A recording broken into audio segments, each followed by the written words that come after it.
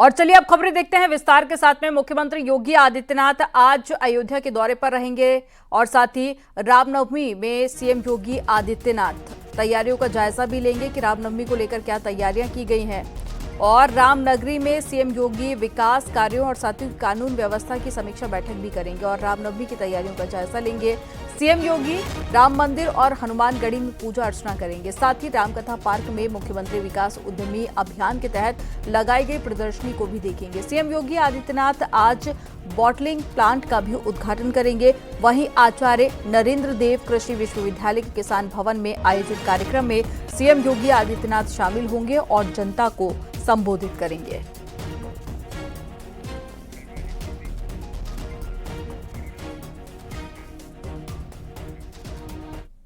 CM Yogi Adityanath की अगुवाई में उत्तर प्रदेश सरकार की राष्ट्रीय पारिवारिक लाभ योजना उन परिवारों के लिए मददगार साबित हो रही है जो अपने मुखिया को खो चुके हैं। योगी सरकार ने बीते 8 साल में करीब 8 लाख लाभार्थी गरीब परिवारों पर 2,310 करोड़ रुपए से अधिक का खर्च किया है और योगी सरकार की इस योजना का सबसे बड़ा उद्देश्य ये सुनिश्चित करना है कि कोई भी गरीब परिवार आर्थिक असुरक्षा के कारण संकट में न आए। जब परिवार के मुखिया का निधन हो जाता है तो परिवार के लिए रोजमर्रा की जरूरतों को पूरा करना मुश्किल हो जाता है।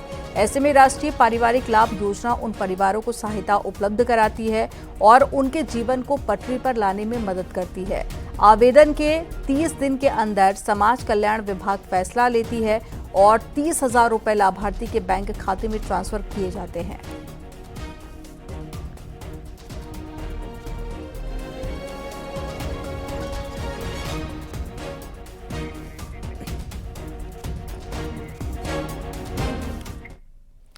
उत्तर प्रदेश में कांग्रेस 2027 विधानसभा चुनाव की तैयारी में जुट गई है, जिसको लेकर कांग्रेस ने यूपी में नई टीम घोषित कर दी है। जिला शहर महानगर अध्यक्ष की घोषणा कर दी गई है। सभी 75 जिलों में 133 नामों का ऐलान किया गया है। कांग्रेस जल्द ही प्रदेश पदाधिकारियों के नाम की भी घोषणा करेगी। कांग्रेस की कोशिश है कि जमीनी स्तर पर संगठन को मजबूत किया जाए, जिसके लिए लगातार दिल्ली से लेकर लखनऊ तक चर्चा का दौर जारी है।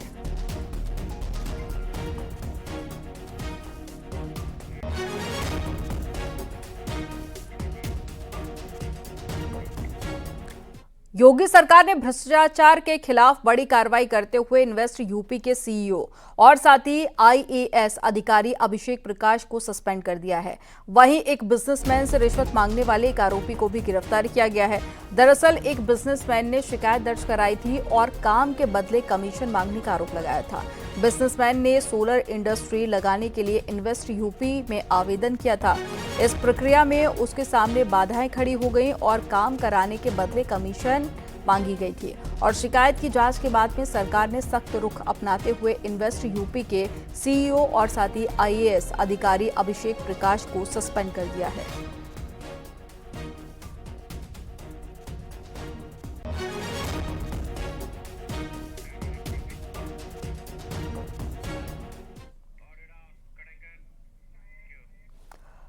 और मेरठ मर्डर केस में एक बड़ा खुलासा हुआ है। 2021 में ही पत्नी की बेवफाई की कहानी जान चुका था सौरभ।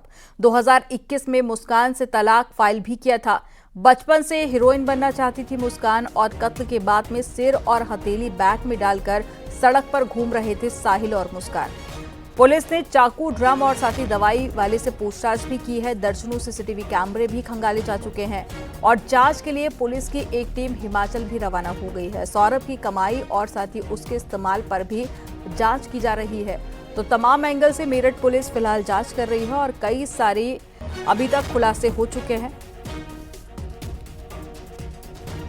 तो सौरभ को लेकर भी कई खुलासे हुए हैं। मर्चेंट नेवी की बात कही गई थी शुरुआत में, लेकिन बाद में पता चला कि वो एक बेकरी में काम करता था, जिसके बाद में मुस्कान को लेकर भी कई खुलासे पुलिस अभी तक कर चुकी है।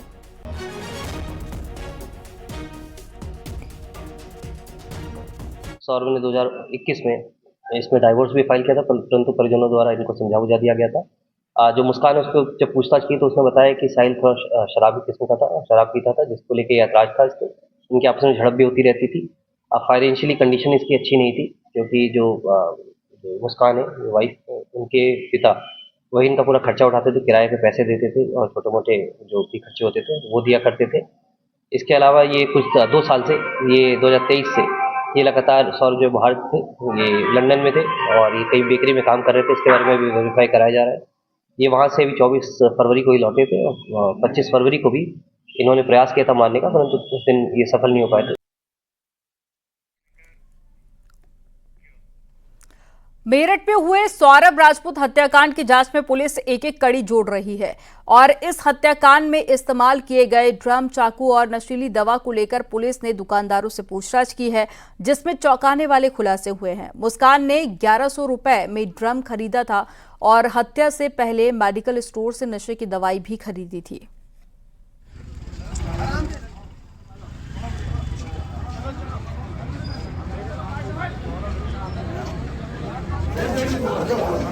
क्या ये ड्रम जो लड़की है उनका फोटो दिखाया लड़की का। पहले उन्होंने हमसे ड्रम पूछा, हमने जी ड्रम आपको चाहिए, हमने कोई लेना है। फिर उन्होंने इस्तेमाल के लिए उन्होंने कहा कि जी ये लड़की को आपने देखा है।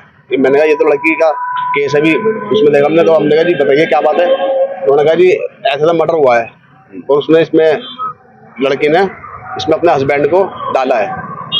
तो मैंने जी लड़की ये ड्रम तो हमसे लेके नहीं गई, क्योंकि लड़के को पता नहीं थी, मुझे पता नहीं लड़के से ले गई है। इसने मुझे बाद में बताया कि वो हमसे ले गई है। कब लेके आए नहीं उन्होंने, कब लेके गई कि कौन आया था ड्रम लेने के? ड्रम लेने लड़के आई थी। कब? सुबह का टाइम। क्या बोला था उस लड़की ने, क्या कहा? ड्रम चाहिए नाच के लिए। अच्छा, तो कितने पैसे बताए आपने? 1100 रुपये बताए। तो कितने पे बार्गेनिंग नहीं करी? जी नहीं, 1100 रुपये देकर चले गए। आपको अक्सर देखा जाता है कि महिला का कोई सामान देखिए तो बार्गेनिंग करती है, और ऐसा बिल्कुल याद नहीं है कि हाँ वो लड़की जिसका पेपर में हम फोटो रोज देख रहे हैं, कल भी देखा, आज भी देखा, कि वो हमारे पास आई थी, नहीं आई थी, और आई थी भी तो कब आई थी, काफी पुरानी बात भी हो सकती है इस तरह की ये, क्योंकि जैसा अखबार में बताया जा रहा है 3 या 4 तारीख में कुछ हुई थी इस तरह की घटना। खुलासा उसका अभी 2 दिन पहले करा है, और उसमें उससे पहले वो कब आए थे, नहीं आए। चाकू का आपको पता है कि चाकू उसने लिया? पुलिस ने क्या बताया, लड़का आई थी या लड़की आई थी? वो दोनों के लिए पूछ रहे थे, ऐसा हमारे पास याद नहीं कह सकते हम कि हाँ भाई कौन लेकर गया कौन नहीं लेकर गया, कंफर्म कुछ नहीं है। मेरठ मर्डर केस में एक के बाद में एक कई बड़े खुलासे हो रहे हैं। दरअसल 6 घंटे में ड्रम काटकर सौरभ के लाश के टुकड़े निकाले गए थे, जिसमें हत्याकांड में इस्तेमाल चाकू के सौरभ के पेट से भी बरामद हुए थे टुकड़े, और हत्या के बाद में हथेली और सिर भी काटा गया था।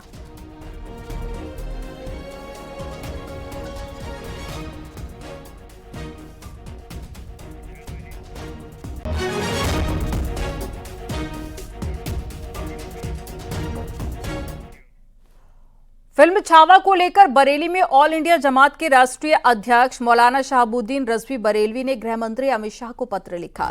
उन्होंने फिल्म छावा को नागपुर दंगे का कारण बताते हुए फिल्म पर बैन लगाने की मांग की है। मौलाना का कहना है कि फिल्म छावा की रिलीज के बाद से देश का माहौल बिगड़ा है और फिल्म में औरंगजेब को हिंदू विरोधी दिखाया गया है। इससे हिंदू युवाओं को भड़काया जा रहा है।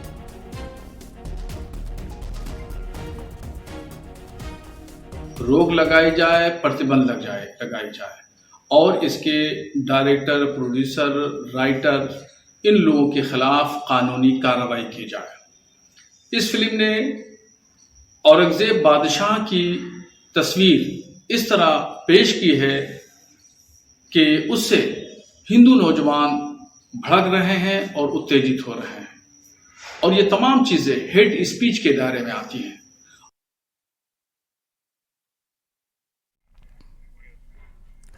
जौनपुर में संवैधानिक अधिकार यात्रा लेकर मंत्री संजय निषाद पहुंचे।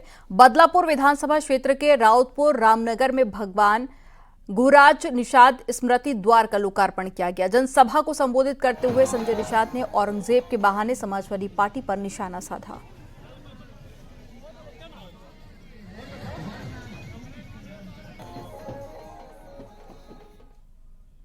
जगह नहीं देश में कोई अपने बेटे का नाम औरंगजेब रखा हो तो, अली गांजा रखा हो तो बता दे। आदर्श अगर मानता तो अपने बेटे का नाम रखे। आप इस तरीके से जो देश को मर्दन किया हो, भारतीय संस्कृति को नष्ट किया हो, उसको मुसलमान धर्म अलग है, ये जो आक्रांता अलग है, धर्म अलग है। मुख्यमंत्री योगी आदित्यनाथ ने सनातन के विरोधियों को करारा जवाब दिया है। विपक्ष पर बड़ा हमला बोलते हुए औरंगजेब पर छिड़ी सियासत पर बड़ा हमला बोला है। मुख्यमंत्री योगी आदित्यनाथ ने कहा कि आक्रांता की तारीफ का मतलब देशद्रोह है। आक्रांताओं ने सनातन संस्कृति को रौंदा था। आपको एक रिपोर्ट दिखाते हैं। आक्रांता का महिमा मंडन का मतलब देशद्रोह। अबू मोहम्मद खान का मकबरा ध्वस्त करो। मुगल काल के आक्रांताओं के खिलाफ सियासी बयानबाजी अब देशद्रोह के मुद्दे तक आ गई है। बहराइच पहुंचे सीएम योगी ने विपक्ष पर करारा पलटवार किया। उन्होंने कहा कि विदेशी आक्रांताओं का महिमा मंडन का मतलब देशद्रोह है। किसी भी आक्रांता को महिमा मंडन नहीं करना चाहिए। आक्रांता का महिमा मंडन का मतलब देशद्रोह की नींव को पुख्ता करना और स्वतंत्र भारत ऐसे किसी देशद्रोही को स्वीकार नहीं कर सकता है। सीएम योगी ने कहा कि ये सबको याद है किस तरह से आक्रांताओं ने सनातन संस्कृति को रौंद डाला था। आज का नया भारत ये सब स्वीकार नहीं करेगा। जिन आक्रांताओं ने भारत की सनातन संस्कृति को रौंदने का कार्य किया था, बाहर बेटियों की इज्जत पर हाथ डालने का काम किया था, हमारी आस्था पर प्रहार किया था, उसे आज का ये नया भारत स्वीकार करने को कतई तैयार नहीं है। बीजेपी सांसद राजकुमार चाहर और यूपी सरकार में मंत्री दयाशंकर सिंह ने भी औरंगजेब को लेकर कड़ा ऐतराज जताया। एक आक्रमणकारी के रूप में ही भारत में उनका पहचान है और हो सकता है उनके चाहने वाले होंगे, लेकिन भारतीय संस्कृति, सभ्यता, भारतीय अध्यात्म को उन्होंने नष्ट करने का काम किया और ये भारत जानता है। सोमनाथ से लेके अयोध्या से लेके काशी मथुरा में सब जगह विध्वंस करके सनातन धर्म को मिटाने की कोशिश की। ऐसे लोग उनको संत नजर आते हैं। कांग्रेस पार्टी और समाजवादी पार्टी के डीएनए में सनातन का विरोध करना है। अखिल भारतीय हिंदू सुरक्षा संगठन ने औरंगजेब की कब्र तोड़ने वालों को 1 करोड़ रुपए का इनाम देने की घोषणा की है। वहीं मेरठ में औरंगजेब और उसके वजीर अबू मोहम्मद खान की कब्र तोड़ने वाले को 50 लाख रुपए देने की घोषणा की है। अबू मोहम्मद खान का मकबरा ध्वस्त करो। पुरातन विभाग की जो जगह थी उसको वक्फ बोर्ड ने अपने अंडर में लेकर जिस तरीके से लोगों ने वहाँ कब्जा किया, अवैध कब्जा कर रखा है, तो उस जो मकबरा है उसको तोड़ने की मांग है। 50 लाख रुपए जो भी तोड़ेगा उसे देंगे। यदि प्रदेश के मुख्यमंत्री जी का बुलडोजर चलता है तो उत्तर प्रदेश की सरकार को देंगे। और महाराष्ट्र के अंदर जैसे औरंगजेब की कब्र है उसको कोई व्यक्ति तोड़ता तो उसे 1 करोड़ रुपए हम हिंदू समाज से इकट्ठा करके देंगे। इन दिनों औरंगजेब और महमूद गजनबी के सेनापति मसूद गाजी पर खूब बयानबाजी हो रही है। जहां संभल में नेजा मेला की अनुमति नहीं मिली तो मसूद गाजी को अचानक सूफी संत बताया जाने लगा। न्यूज़ 18 के लिए ब्यूरो रिपोर्ट।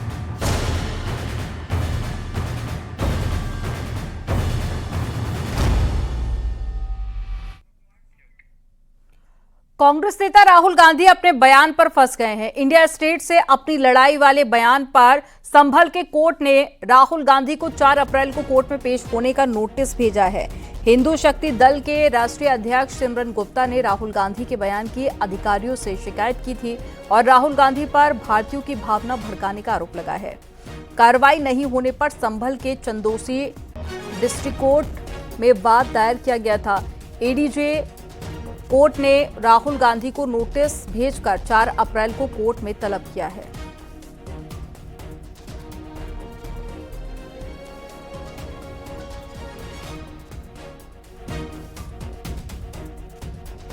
देश की जनता से ये कहना चाहता हूं और पूछना चाहता हूं, क्या कांग्रेस के नेता और कांग्रेस के सांसद राहुल गांधी जी देश के खिलाफ इतनी नफरत क्यों है? देश की जनता के खिलाफ इतनी नफरत क्यों है? हिंदुओं के खिलाफ इतनी नफरत क्यों है? अगर देश में रहते हैं, देश से प्यार करना सीखो। जिस तरह वो बयान देते हैं ये भड़काऊ बयान है। इसको लेके मैंने जिला कोर्ट में परिवारवाद दायर किया है, जिसकी के चलते 4 अप्रैल को पेश होने के लिए नोटिस कोर्ट ने दिया है। हरदोई शहर में नुमाइश चौराहे के नाम से मशहूर चौराहे को अटल चौक का रूप दिया गया है। और चौराहे पर पूर्व प्रधानमंत्री भारत रत्न अटल बिहारी वाजपेयी की प्रतिमा का अनावरण किया गया। मंत्री असीम अरुण, मंत्री नितिन अग्रवाल और मंत्री रश्मि तिवारी, जिला पंचायत अध्यक्ष प्रेमावती, जिला अध्यक्ष अजीत सिंह बब्बन मौजूद रहे।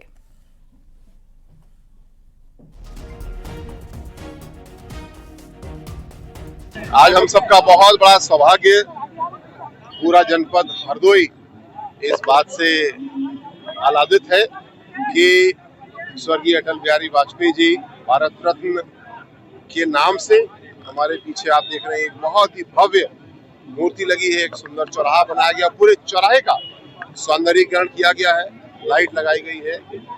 जिस सोच के साथ, जिस खुली सोच के साथ अटल जी ने काम किया, देश को राह दिखाई, उसकी स्मृति ये चौराहा हमको दिलाएगा। लखनऊ के मलिहाबाद में महिला की हत्या के मामले में पुलिस जांच पड़ताल में जुट गई है। अब मर्डर केस से जुड़ा सीसीटीवी फुटेज भी सामने आया, जिसमें एक संदिग्ध ऑटो को देखा जा सकता है और ऑटो के ड्राइवर पर ही महिला की हत्या का शक है। और पुलिस अब सीसीटीवी फुटेज के आधार पर आगे की जांच पड़ताल कर रही है। ऑटो ड्राइवर की तलाश की जा रही है। वहीं इस पूरे मामले में पुलिस कमिश्नर ने 7 पुलिसकर्मियों को सस्पेंड कर दिया है।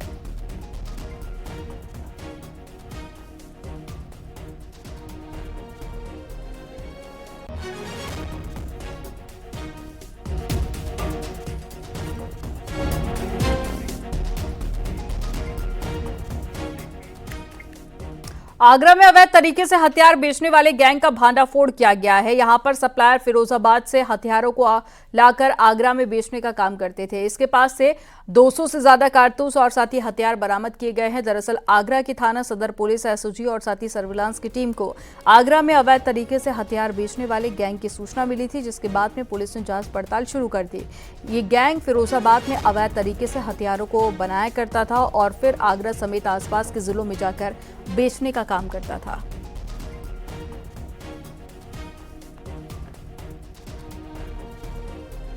आसिफ इकबाल नाम का व्यक्ति, जो कि अपने कारतूस के वैध लाइसेंस की आड़ में इन अवैध गतिविधियों में संलिप्त था और उसको मदद करने वाले उसके 2 साथी हैं, शैलेंद्र और कासिम उर्फ रोबिन।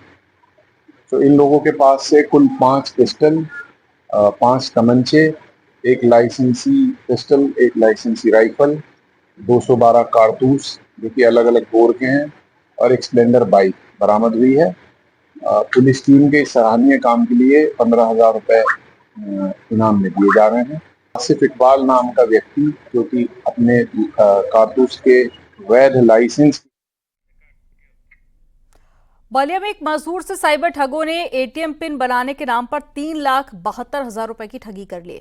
मामला पिपरोली गांव का है और पीड़ित ने बताया कि वो विदेश में काम करता था और बीते 6 मार्च को घर आया था। एटीएम पिन क्रिएट करने के नाम पर एक शख्स ने कार्ड ही बदल लिया और 7 दिन में 23 बार 3,72,000 से ज्यादा की खरीदारी की, जिसका कोई मैसेज भी नहीं आया। पीड़ित ने बैंक कर्मियों पर भी लापरवाही का आरोप लगाया। पीड़ित ने थाने में भी तहरीर दी है। 3,72,027 रुपया मेरा फर्जीगिरी हो गया है। कौन से बैंक में गए? यूनियन बैंक में। खाता किस बैंक का है? यूनियन बैंक का है और एनआरआई अकाउंट है। कहाँ रहते हैं आप? मैं कुवैत रहता हूँ और मैं 6 तारीख को आया था कुवैत से। अच्छा।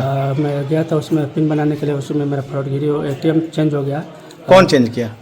जो मेरे सख्त बगल में खड़े थे, मैं उनको दिया था बनाने के लिए। वो बनाया, उसके बाद उसमें एटीएम मेरा चेंज कर दिए। चेंज करने के बाद मेरा 27-28 बार। लखनऊ के इंदिरा गांधी प्रतिष्ठान में श्रीलाल शुक्ल जन्मशती उत्सव आयोजित किया गया और आपको बता दें कि इफ्को के भाषा, साहित्य और संस्कृति प्रकोष्ठ की ओर से कार्यक्रम आयोजित किया गया था। जम्मू कश्मीर के उपराज्यपाल मनोज सिन्हा ने कार्यक्रम का शुभारंभ किया। इस मौके पर यूपी सरकार के कृषि मंत्री सूर्य प्रताप शाही, सहकारिता मंत्री जेपीएस राठौर, इफ्को अध्यक्ष दिलीप संघानी और साथ ही प्रबंध निदेशक डॉक्टर उदय शंकर अवस्थी मौजूद थे।